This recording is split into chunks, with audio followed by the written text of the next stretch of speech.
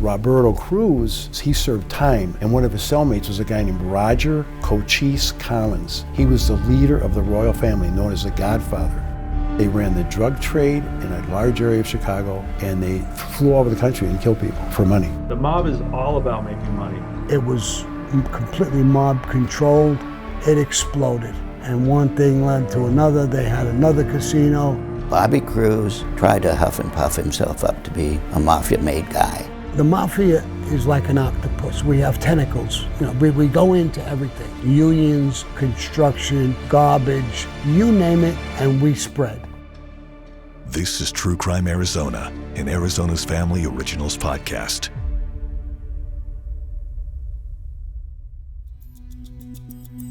Throughout the time in the mafia, I was involved in 3 mafia wars. I was involved in 19 murders. I did 22 years of my life in prison. I became the underboss of the most powerful organized crime family in the country. The room was dimly lit. We walked in the door with our camera gear, greeted by him behind the desk, lighting up a cigarette, of course. I became a more or less a professional hitman. Did you want to be that? No. I just seemed to be good at it. Right. You want to learn about the mafia? This is who you talk to. My name is Salvatore Gravano, Salvatore. Gravano, Gravano. But I'm probably better known as Sammy the Bull. And I'm not going to spell that. Spell that yourself.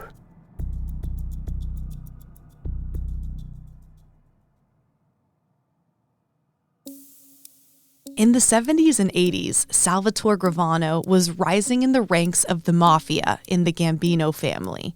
He was and is known around the world as Sammy the Bull and part of the inner workings of New York Mafia. But to understand how Las Vegas came to be and became a part of our investigation, another New York mobster who came before Sammy is key, finding himself driving through a tiny desert town in Nevada in the 1940s. Bugsy Siegel was on the lam. He went into a small town, and they were gambling. And he stopped to get a cup of coffee or something, but he saw them gambling, and he saw the sheriff coming. He says, "You're going to get arrested, you're gambling." And they told him, they passed a law that gambling was legal there. And that just woke him up, an idea. We have a place in Nevada that could be legal. It's legal to gamble. And we could set up maybe a casino or something there where we could fly people there and gamble and have girls and a whole thing. And we could make a ton of money with this, I think. Understatement of the century. I was a journalist for 25 years, working in Las Vegas as a reporter and as an editor in the 80s and 90s. Inevitably, if you're writing about the history of Las Vegas, you're writing about the mob to some extent. Jeff Schumacher is now the vice president of exhibits and programs at the Mob Museum in Las Vegas. He's so knowledgeable about the city's history, he's written 2 books about it. To fully understand how our case investigation wove into the inner workings of Vegas, I took a trip up to Sin City to visit the Mob Museum myself and learned a whole lot.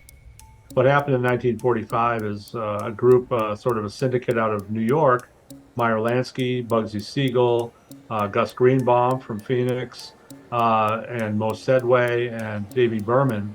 These were the 5 principals who were involved in buying the El Cortez Hotel.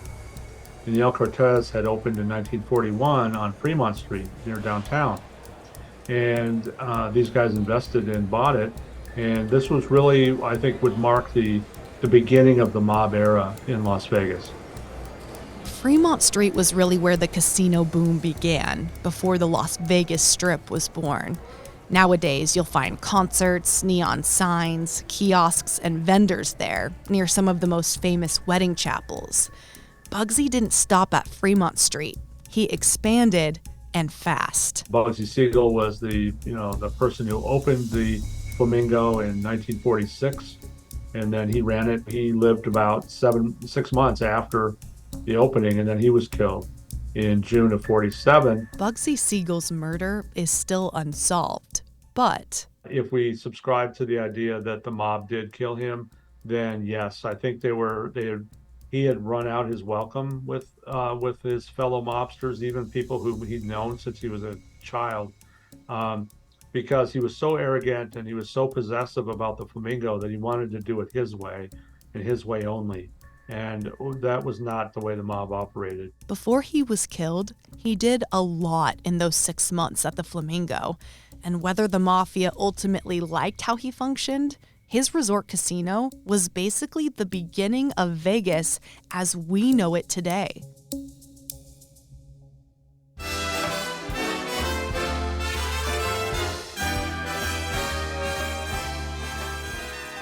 It was completely mob controlled.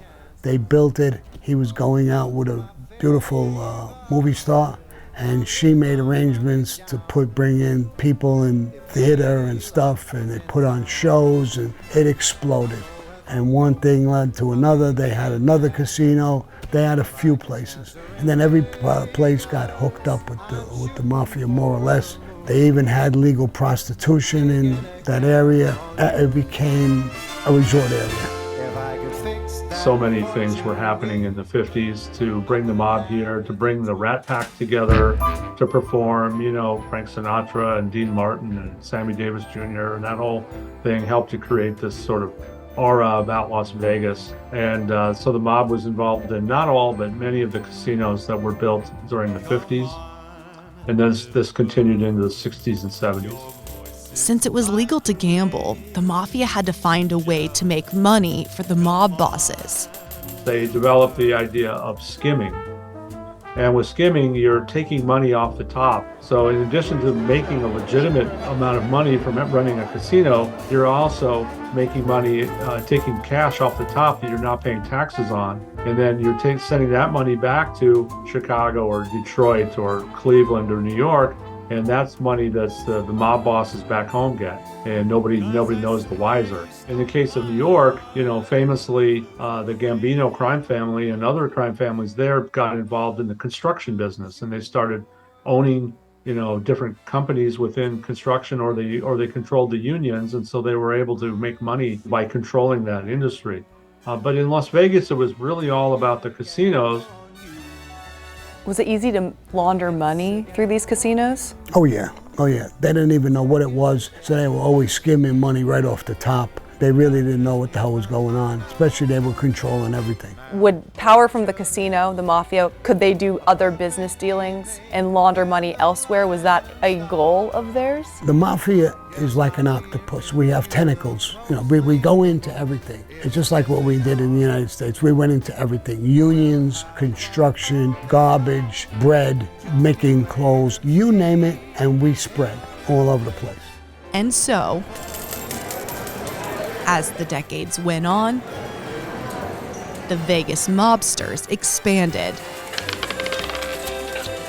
In Las Vegas in the 70s, the mob, especially the Chicago mob, definitely branched out. A lot of that was you know, business partnerships. A lot of that was the kinds of things you're asking about. At this point, you're probably wondering how all of this has to do with our Phoenix case. The 3 men who targeted and killed Pat Redmond and his family at their home on New Year's Eve in 1980. Remember, at the end of episode 1 of The Last Hitman, we told you a Tempe businessman named Robert Cruz was part of the Chicago mob. He was related to the number 2 guy in the Chicago Mafia at the time and was trying to become a made man. So he was brokering deals out of the Vegas casinos. Let's tie it all together for you with Phoenix attorney Joe Brownlee and Chicago attorney Greg Owen.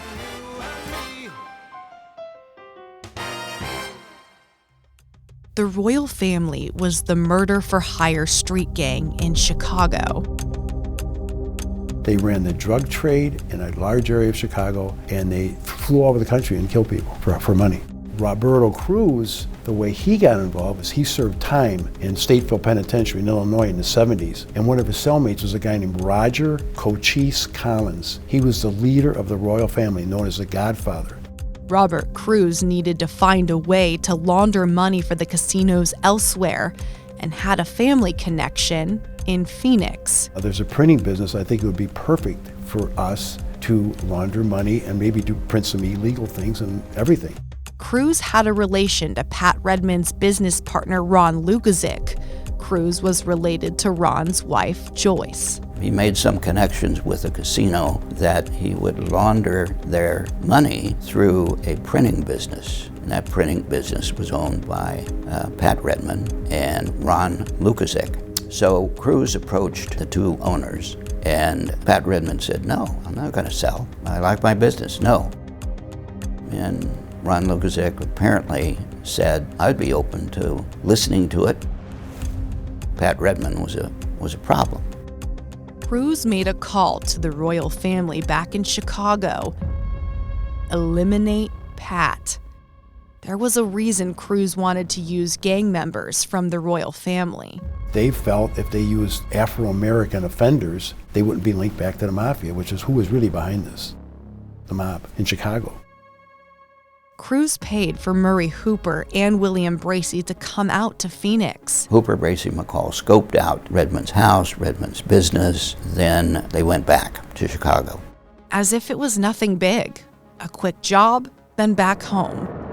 That didn't explain how or why Edward McCall got involved in the hit, but attorney Joe Brownlee learned there was a friendship between McCall and Cruz. What was the motive for McCall to go from a Phoenix police officer to now an assailant in this execution-style murder? Well, he wasn't a police officer at that time. It had been some time that he had not been a uniformed officer. But it was money. This was a paid hit, and it was all about money. How much were they making off these hits? What I was told by this guy who was in the car, drove him, that he had received $50,000 as the remainder of their contract fee, which in 1980 was quite a bit of money. The mob is all about making money. That's all it's ever been about. The way the mob historically has worked is the strong survive, and if you have some leadership qualities, that's something that you need.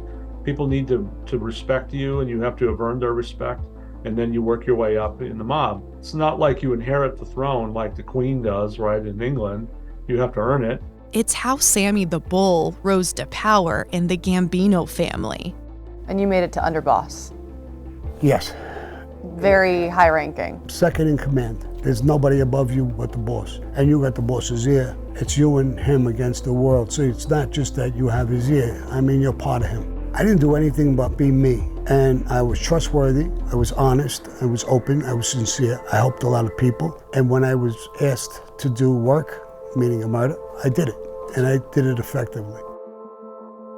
Money, connections, power, and greed. All of those things control everything. But just as the Redmond family murder investigation was intertwined with the Mafia in Vegas, things were starting to change. In the late 1970s or early 1980s. So this was a time of great volatility in Las Vegas for the mob. The mob was under increasing scrutiny from law enforcement and from the FBI and from state gaming regulators. And so there were a lot of people that were being talked to by law enforcement about becoming government witnesses, about becoming informants, about helping out to try to root the mob out of Las Vegas. The more you talked, the more you were putting the mob at risk. There were several people who disappeared during this period of time.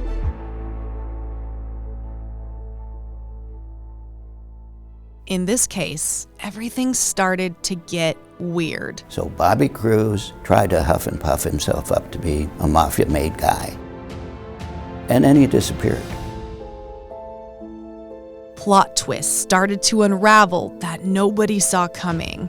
Joyce Lukazik is charged with ordering the 1980 execution-style slayings of Patrick Redmond and his mother-in-law, Helen Phelps. Prosecutors claim Lukazik ordered the murders because Redmond, who was a business partner of her husband, Ron Lukazik, turned down a business deal worth millions. The twists and turns were only just beginning. The judge says, Mr. Brownlee, do you have any more witnesses? I said, yes, one.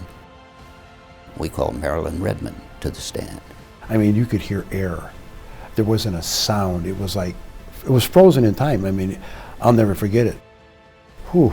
I mean, I get chills just thinking about it right now from all those years ago.